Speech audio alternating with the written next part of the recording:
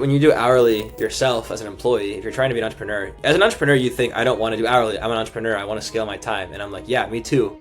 But I'm not the one who's working hourly. The employees are. So I'm still making money at scale on other people's time, which is the whole point of a business, right?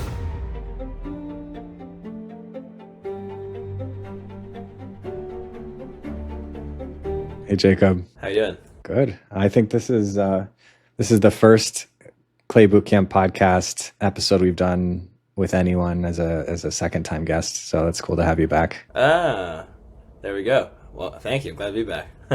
I kind of SDR my way in here with a Slack DM, I think, but yeah, figured it out. Yep. Well, we had there's a LinkedIn post on value-based pricing versus hourly pricing, and the general frame that I've been taking is you start out with hourly based pricing and then you move to value based pricing once you have case studies and testimonials and so on.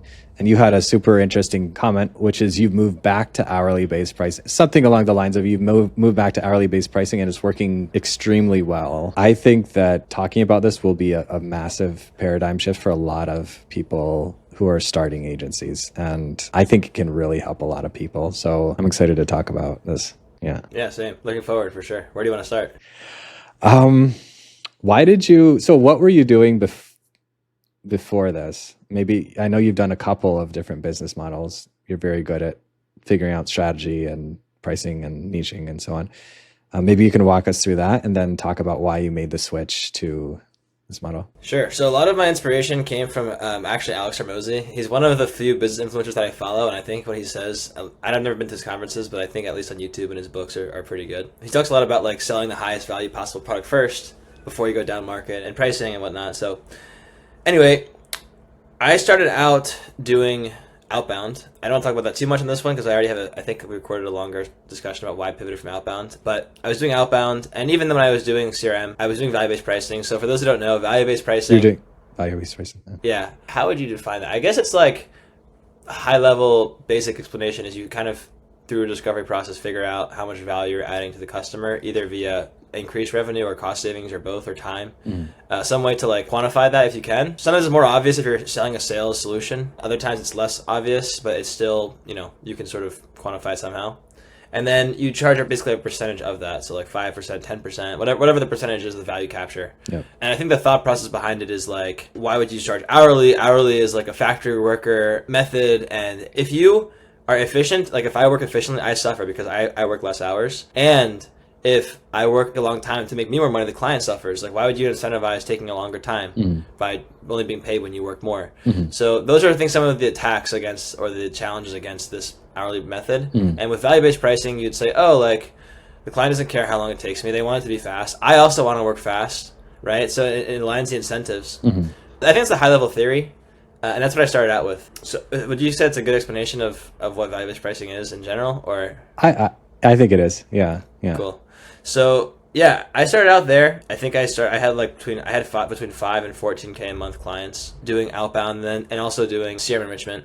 The problem is I felt the main problem was it's sort of vague. You kind of for outbound, you say, I'll do 3 campaigns for you a week or a month or whatever.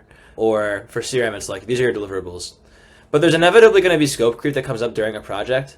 And it's really hard to account for that. But it pretty much always happens. And if you say no to a client because you want to protect your margin, right? Because if you're doing value-based pricing, the faster that you complete the job, the more money you make. By the way, you're going to be hiring people anyway, and you're probably going to be paying them hourly anyway if you're going to scale. And so if it takes them longer to complete whatever extra ask was asked of you, so it's going to hurt your profit. But if you say no to the client, then they're going to be upset with you. So either way you lose. Either you're a villain or you're losing profit. I also think that I just started thinking about it. I was how can I scale this business? Well, the biggest services businesses in the world, any consulting from Deloitte, for example, or my legal team, big law firms, they all charge hourly. I'm there's probably a reason why human capital driven businesses, meaning every business has people, but I mean services businesses specifically, especially digital services businesses, remote consulting, etc., why they charge hourly. So I started thinking about it more, and I was there are actually, I would say, some really good benefits when it comes to hourly. So first of all, I think it's really easy for capacity planning. In the case that I gave where I said you're either a villain or you're losing money, when you charge hourly, you can tell the client, like I usually know, for example, for a cleanup project, it'll take, let's say, 20 hours. And I pretty much always am able to complete within those 20 hours. If the client asked for a bunch of extra things throughout the process, I can say, look, like, this is going to push you over your 20-hour budget. So if you want to do it, we can, but it's going to be more money, and it will take longer than we first scoped, right? And then they can say, okay, well, we'll punt it for now. And usually clients will say no, and they will just forget about it, right? Because they don't want to pay more because they already agreed up front. Or they'll just say, sure, and then you just make more money. So that's one thing. It's also very easy to profit, I think, on hourly. Now, when you do hourly yourself as an employee, if you're trying to be an entrepreneur, as an entrepreneur, you think, I don't want to do hourly. I'm an entrepreneur. I want to scale my time. And I'm like, yeah, me too. But I'm not the one who's working hourly. My employees are. So I'm still making money at scale on other people's time, which is the whole point of a business, right?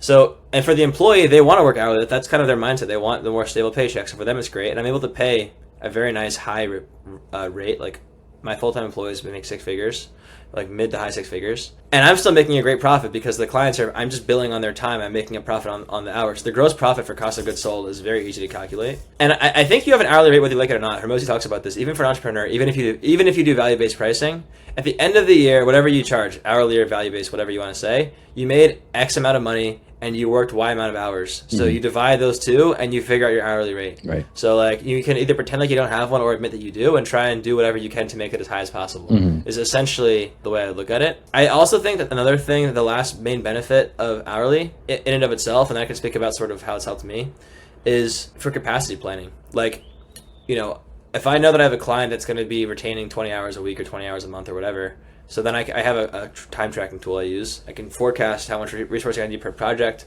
I can see from my team how many hours of availability they have. And then I can just put people in where I need. So I always know that I'm staffed accordingly and that the clients are staffed properly. If I need more talent, then I just get more talent, right? So it makes it really easy to resource and make sure that employees aren't overworked. Because when you have value-based pricing, like you don't really know how much time people are spending. And you end up like underutilizing employees or overutilizing them and they get upset or stressed out or whatever it is. So I think this makes a lot more sense.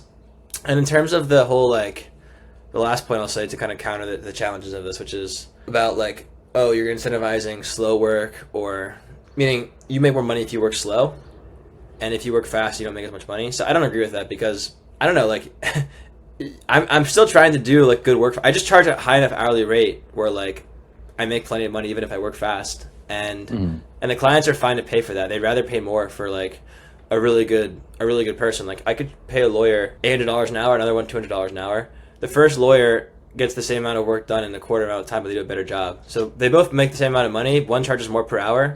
They work less, but they get more done. I don't think it's such a big deal. And from the fact that the biggest companies in the world, like I said, do this, I think it's pretty good proof that, like, I don't think there's a single lawyer that does value-based pricing, like a big firm, like a large firm. I mean, maybe, I could be wrong, I'm not an expert in legal services fees, but I'm pretty sure they all use retainer models for a reason. So that's sort of my high-level take on it. It's also unlocked some benefits for my business as well, for my business specifically, I can speak about in a second, but in terms of just like the general philosophy of pricing models, I think that's why I've really found a lot of benefit in hourly versus value-based. Makes a lot of sense, especially for, I would imagine, like with lawyers or with CRM related work, there are hundreds, thousands, infinite directions that you can branch out into based on what you discover as you're digging. And so hourly is a natural fit for what you're trying to do, versus maybe with other McDonaldizable, productizable offerings. You know, maybe it's not a good fit. Yeah, so I think like one of the benefits I've also seen along those lines is like land and expand. I've created like a renewal pipeline because I've had none of my customers have churned recently in the last like 6 to 12 months since I pivoted, which is really nice. And I'm getting a lot of revenue from renewals, like expansion revenue, cross-sells, upsells. So with the hourly, I used to want to do big deals, like multiple 5-figure deals, upfront payments, quarterly at least, a minimum quarterly commitment or more. And I closed deals like that. It was great. But I turned down most small customers because I didn't want to take on a small company that had lesser needs and therefore would pay less. I want to take on big deals. So which is great, but I was turning away a lot of customers. And I think in the early stages of the Clay heyday, it's important to try and soak up market share. And the way that you do that is by getting many customers talking about you and knowing who you are. And like word on the street is if you want good CRM data, for example, you go to Sculpted. And if you only have... That is the word on the street. right? I hope so. But if you only have like 5 clients that are all huge versus like 100 that are medium sized or smaller, right? Then the word will spread faster. You have many more case studies, much more proof, a more durable customer base. The smaller customers that start out with like a one-off POC, all of them so far on my end have expanded into ongoing work, like you said. So like as you're finding more, it just keeps building, and new use cases come up. So it's just a good way to continue. It's like usage based. It's sort of like consumption based pricing, but for a services business, I would say. The more that you use us, the more that you pay, which is so if you do a good job, you end up making a lot of money. Mm-hmm.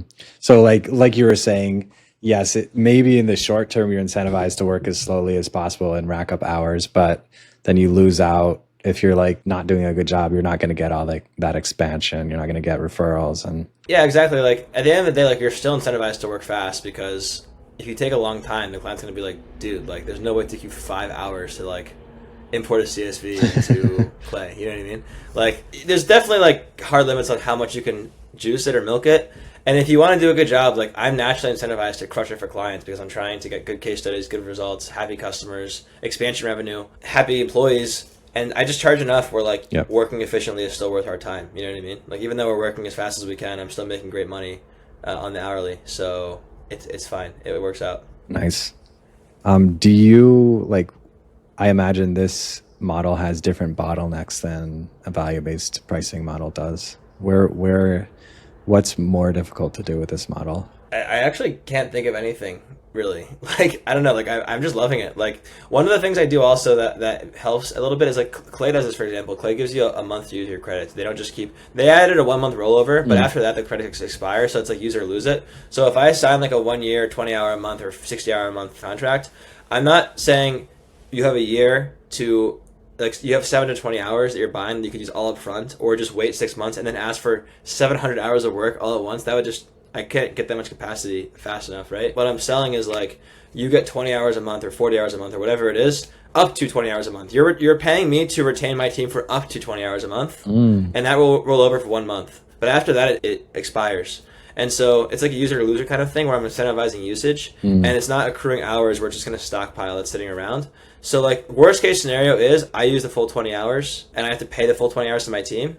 But I'm still accounting for that when I price that, such that I'm getting like, let's say a 70-ish% gross margin, whatever it is, which is a healthy margin for a business. If you don't use all of your hours, then like if you buy Clay credits and you don't use all of them in a month and they go away, then that's tough on you, you know? Yep. So I don't have to worry about that either. So I don't know. There's not like a bottlenecks where I'm like trying to, it's a very good, you know. So really the fully utilized retainer is like a worst case scenario for me and a best case scenario for the client, which I guess you would think isn't so client friendly, but I think clients are cool with that because we usually do. I'm not like, you need 60 hours and then they don't use it. Like, I'm like, no, like this is roughly what it would be. I report on the time. It's usually right around there. We're honest. And if there's a few extra hours that go to waste, no one really cares. Like the clients aren't, you know. Think about it with Clay. Like if you buy the $100 a month plan and you don't use a little bit of the credits, so whatever, okay, fine, you'll try and use them somewhere, but like you might not. If it's a massive delta, you're going to downgrade. But okay, fine, so you downgrade. But that's, my clients can also downgrade. I have an MSA where they can go up or down as they need, so it's fine. Very flexible, you know. Nice. Okay, so it is a retainer, but it's not value based. It's hourly based with ability to roll over. I imagine that some clients are just paying for the certainty that someone will actually be there when they need help. I don't know how common that is for you, but one of the things, if you hire someone on Upwork or somewhere else that has about 20 different clients and they get busy and hey, I really need help now, and they can't help you for 2 weeks, like that's maybe they're paying them $10 an hour, but they're not available when you need them. And do you see that much? I mean, I suppose so. I'm saying the ongoing maintenance that we're doing, we usually have like an upfront cleanup project of sorts that rolls into an ongoing thing. But it's just like by the time that we're in the ongoing component, like we know their system so well. We're the ones who set it up. So inherently it's pretty sticky, and it's kind of hard to like slot somebody else into it. So they may as well stay with us. And there's just usually an ongoing amount of needs. Like I had a client actually, one of our best customers, one of my favorite customers. They signed up for like a project. And we crushed the project in like two months instead of we estimated 3 and we did it in 2.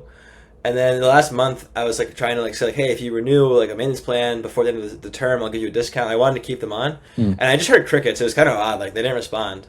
And I was like, okay, I guess like they were happy. They gave us a case study. They were happy, but they just didn't respond to our my request for more work. So I was just like, okay, like I guess they don't have more work for us. And then like a week before the term, the VP was like, hey, we have a ton of work to do. We just like filled up our Monday board with stuff. Can we talk about it? And I was like, sure. And then a week later, they renewed for like 6 more months. And I was like, great.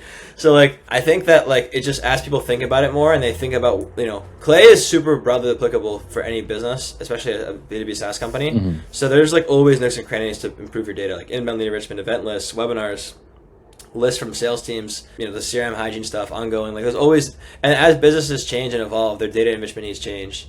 So making sure that Clay is always like sort of molding it, fitting into their needs at the moment is like, it's an ongoing thing. And so it sort of creates this ongoing environment of needing more work. A separate idea that I wanted to share is I actually think that people who argue against the hourly thing or who live by value-based pricing are kind of like, I think it's kind of fake, meaning like, hourly is also value-based. Like, there's value is in any deal. Like, people, like, whatever, the value happens to be, do I think that the hourly rate, like, I don't, this is basically what I do. I don't just say, like, hey, it's like $20 an hour or $100 an hour. Like, if I just went to you and said, hey, like, I do Clay for $100 an hour, they'd be like, okay, so I'll go find somebody who does it for $50 an hour. This is actually, I think, the key to hourly that I think is what will, this is actually probably a good nugget to focus on of how to make hourly work for you.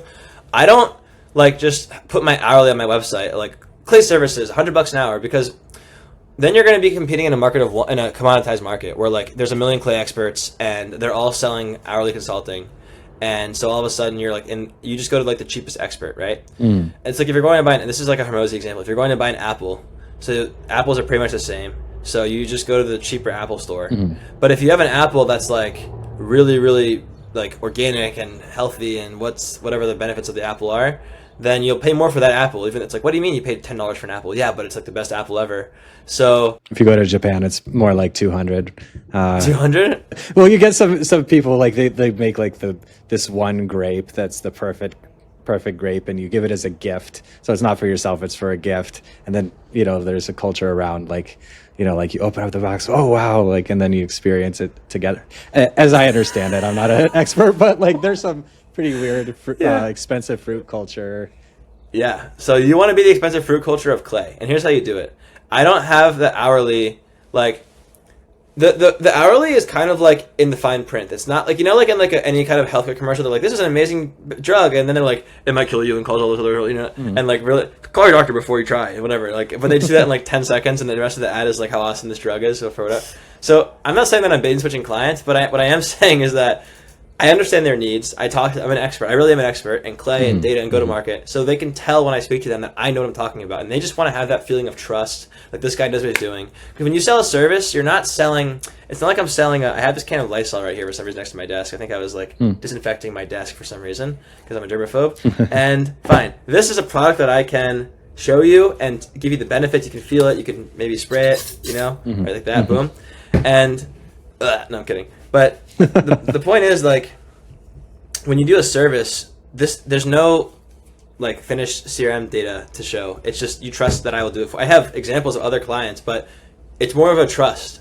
But when a client feels that level of trust from the sales process, that you're on top, you follow up quickly, you're prompt, you're asking the right questions. I had one of our customers in a case study recently I just published say, you guys are intelligent, you communicate clearly, and when we ask you a question, like, or they're like, we know if you don't understand, you're going to ask a question, and if you do, you'll get it done. Nice. And we don't have to like spend time in meetings to figure out what you're talking about, because like some people are just bad at communicating, and so the client has to hop on a call to understand what they mean in Slack because I can't type clearly. It's like those kinds of things. A client does not want to deal with that. So if you demonstrate that you are competent, you're on the ball, you're an expert, and you lay out a proposal, the proposal is very much still like a value-based proposal, meaning here are the deliverables, here are the milestones, here are the tasks, here's everything we're going to do. I'm still wrapping it up as an end like benefit, like an end outcome, which makes it very valuable in their eyes. It's like the same thing that I would do before.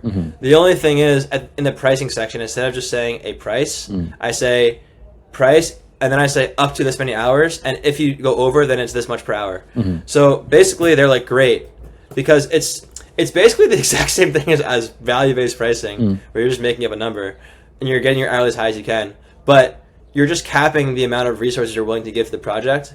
And, you know, I, as a business owner, I'm sort of assuming I'm trying to do my best to accurately forecast that. Like, I have a client I have a guy who just started on his first project. We're going to go 5 hours over. So I bake that in. So even if, and I don't want to build a client for the extra 5, I could, but I want to make the customer happy. It's only 5 extra hours. So I'm going to make it non-billable hours. I'm going to eat the cost myself. If it's way over, then fine, then I'll bill. Or if it's because they ask for additions themselves, then fine, I'll bill. But generally speaking, like, what I'm doing is I'm setting a hard cap so that I don't get into situations where I'm getting scope creep, destroying my margins without me knowing about it. But I'm still doing the same sales process. I'm still presenting it as an end outcome as opposed to an hourly rate. It just happens to be that I'm protecting and hedging my bets against overusage and scope creep that will kill my margins, and also make it hard to forecast my usage. So it's really very similar. I don't think it's such a big difference. It's just a slight tweak, but it makes a world of difference. Like, functionally speaking, my life and my business and how I run things is very similar. But my profitability and my like peace of mind and my ability to forecast and manage employees is like night and day. It's with a small tweak. It's just like one extra sentence in the contract, but it changes everything. You know? Amazing. Nice. Yeah. So you mentioned earlier that you're taking on, you're willing to take on smaller clients now. Does that create any extra like overhead? Like, you spend probably similar amounts of time in the sales process depending on whether the deal is small or large. So are you seeing yourself spend more time? So that was one of the reasons why I didn't want to do this at first. I think that's, you could, if you have a large, like, it's the same amount of work, but it's less money, then it's not so good. Part of the reason of selling to big customers is usually more money and less work, which is ironic. You think they're inverse, in a certain sense. You think that it's not, but bigger companies just pay more. It's actually a lot less work. It's less complicated, because smaller companies usually don't have, like our system that we're building is for like crazy companies that have like all these different systems, and we have to do overwrite rules and like ongoing enrichments and all these different factors. Whereas small customers export a CSV from their CRM, we enrich it for them and give them back a CSV, basically. And I also it allows me to take on more customers, but because I have this like hourly model with my team and I know how much capacity I have, it's the same thing every time. So I just like budget in the time, add it to a person's whatever. I have a note taker in my calls with the sales calls that creates a handout document for the employee. And then they just take it and implement it and then done. So it's actually like relatively easy. I use Pylon to track all of my Slack conversations and threads, like all my issues with customers. So I myself am currently playing the role of account manager because I just want to I'm doing that now because I really want to make sure the service is really solid and we get really, really, really good outcomes and lots of customer wins and testimonials. But as I get maxed out on that, I'm going to just have one of my best employees become the manager, and then they'll just be in charge of it. So, it's not such a big deal. I mean, it could be that I get overwhelmed, but I think that's how things go. Like, you have an SMB unit and you have an enterprise unit in your business, and like, I think as long as I can keep, there's no shortage of Clay talent at this point. You know what I mean? So until it breaks, but I'll let you know. I don't think it's going to break. But yeah, it's going well. Nice. I'm happy to hear that it's, yeah. Why do you think more people don't do this, at least on the lower end? I think it's because of stigma that like internet influencers have created around, like, I don't know, a lot of my like perspective on business was shaped when I was a teenager trying to get rich on the internet. So I watched all these YouTubers on like how to become an online entrepreneur. And like a lot of what they say is cool, but a lot of it's also dumb and like they're also 16. You know what I mean? So like they don't actually know what they're talking about. And after 10 years of doing this, I've like, you kind of just trial and error your way through and realize like, wait a minute. Like I said, like, do you want to listen to some guy on LinkedIn who posted about why value-based pricing is the best? But if you look at his LinkedIn company page, he has no employees and he's just some guy trying to get people to buy from him, which is most people on LinkedIn. Versus you look at a giant law firm that's doing millions, hundreds or millions or billions of dollars, like, and they do hourly. It's like, I don't know. It's just, I think it's sort of a stigma of thinking. I also think that, in a certain sense, I think people who are starting out are usually freelancing, or they call themselves an agency, but they only have themselves. I'm almost that guy. I have only one full-time employee, and now I have some freelancers. I think the team's gonna be growing soon. I was hovering around one full-time employee for a while because with the outbound offer, we took off, but then because of outbound being so hard, the churn was pretty high. So I was just like stagnating with new customers and customers losing.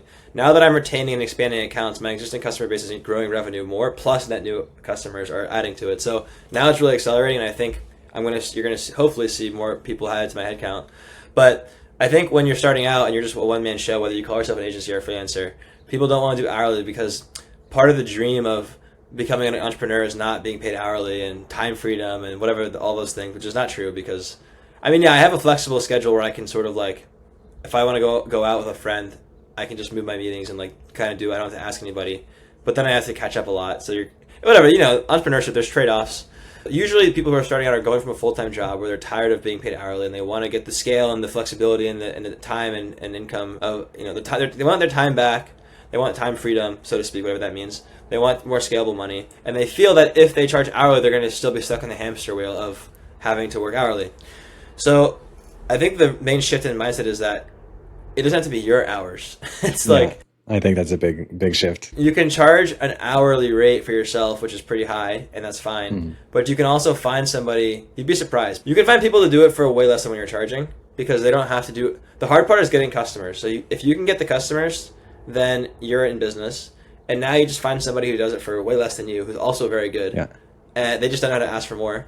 Or they don't want to. I mean, they could ask for more, but some people just, like, a lot of people on my team, they're very smart, they're great. They just don't, in my opinion, for whatever reason, they have family, they want healthcare, whatever it is, they just want to, like, have a more stable setup, so fine. Absolutely, and they like doing what they're doing, and I like being the entrepreneur, so everybody wins. Yeah. So you just charge hourly, but you just charge a high hourly, and then you find somebody to do it for you, and you arbitrage the hours, and eventually they're doing the work for you, and now, like, I have a time tracker in my system, and I'm actually trying to get as many hours as possible. Like, mindset now is, how can I get more hours billed to my business? So I'm watching my hourly... Oh, I love that. That's a fun game to play. I want more hours.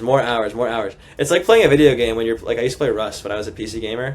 I don't play video games anymore, but you're always building your base and you're reinforcing your base and chopping down trees. Now I'm trying to, like, get more hours and close more deals and, like, you know what I mean?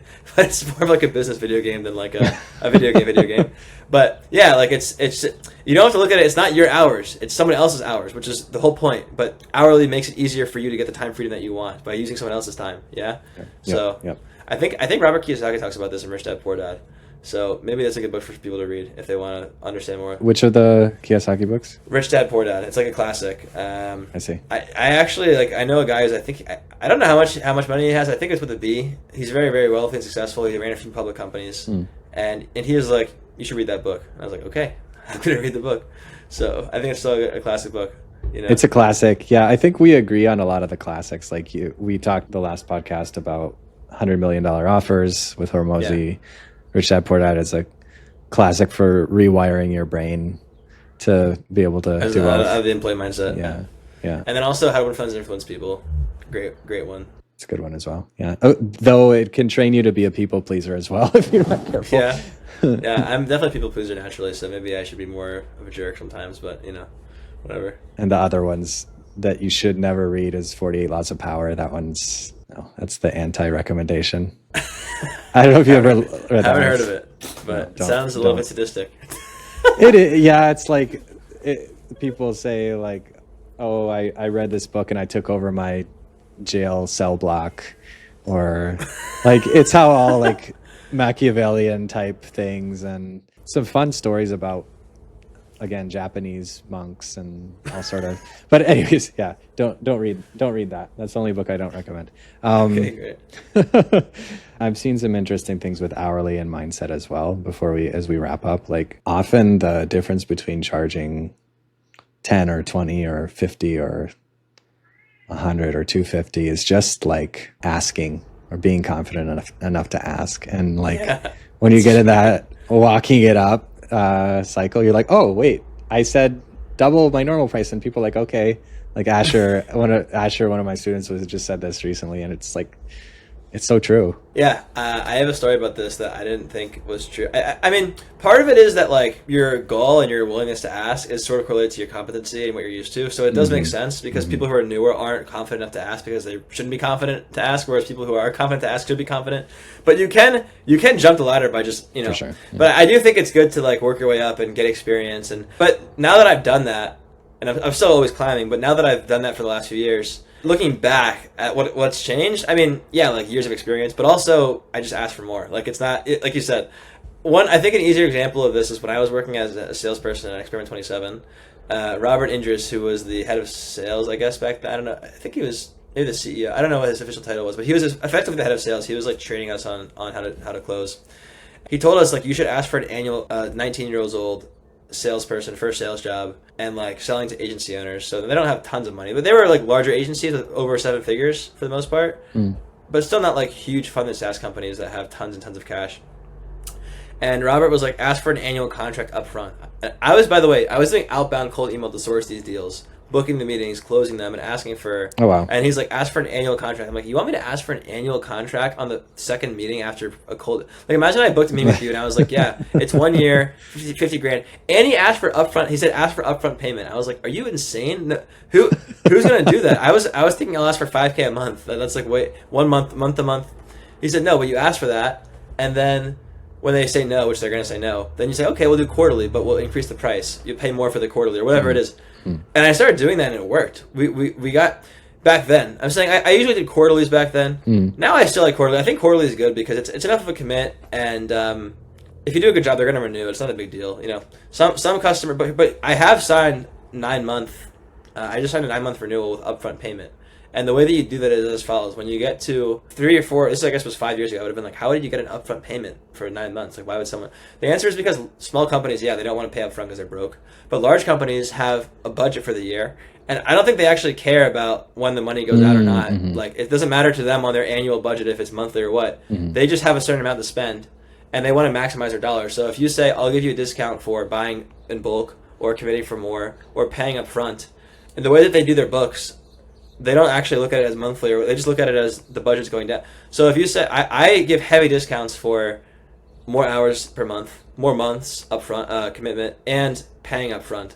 I think since I've started asking for this, I've had nobody pay me. I think all of my customers in the last 6 months have paid quarterly or more, like at least quarterly or 6 to 9 months upfront, and they paid in cash upfront versus paying monthly, and I give them a discount for it, and they all say they all prefer it. Wow. So.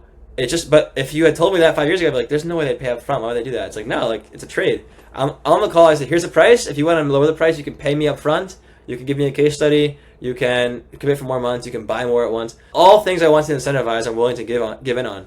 But you can also just, if a customer now buys it for upfront for a year with 60 hours a month, so like 7 to 20 hours upfront, and they pay upfront, I'm discounting my sticker price by 30%, which is insane. It sounds like crazy, but my sticker price is $300 an hour.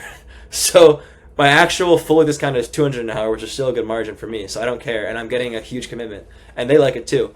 So like, as long as you think through your business financials first and like what your margins look like, you can incentivize really good behaviors with discounts, even on hourly, and still make great money. You know, and by the way, last point is, I'm only paying my employees who are doing the work like as they do it. Yep. So I'm collecting the 9 months of hours up front. Collecting float. But I'm only paying for like a 12th of that. Yep. At a time. In month 1. Yeah. So by the time a year passes, I've hopefully had at least one of those deals closing a month, and so the cash stacks up, the profit stacks up, and then I can sort of like, I guess, get an advance in the money and use it in other places like app development or hiring an engineer or whatever, you know. Yep. So yeah, it's cool. Super smart. Yeah, that's reminds me a little bit of what, I don't know it very in detail, but Warren Buffett would do, where they bought insurance, I think an insurance company, and then insurance companies have all this cash sitting around because they don't have to pay out to people very often, and then they would invest that in I don't know if they invested in the stock market or somewhere else, but you make interest on that money that's just sitting there, which sounds kind of similar to what you're doing. Yeah. Upfront payments, baby. Everybody wins. Everyone wins. So nice. That's my take on the hourly model. I think it's great. I'm going to keep using it for the foreseeable future, and I think more people should if they're in my line of work. But that's my hot take. That's not so hot, by the way. I think it's going to be new to a lot of people, including like this is a shift for me. So really appreciate you taking the time to break down how you're thinking about this, and I'm super glad that you're continuing to accelerate your success. Awesome. With everything. Yeah. Appreciate it. All right. Thank you so much, Jacob.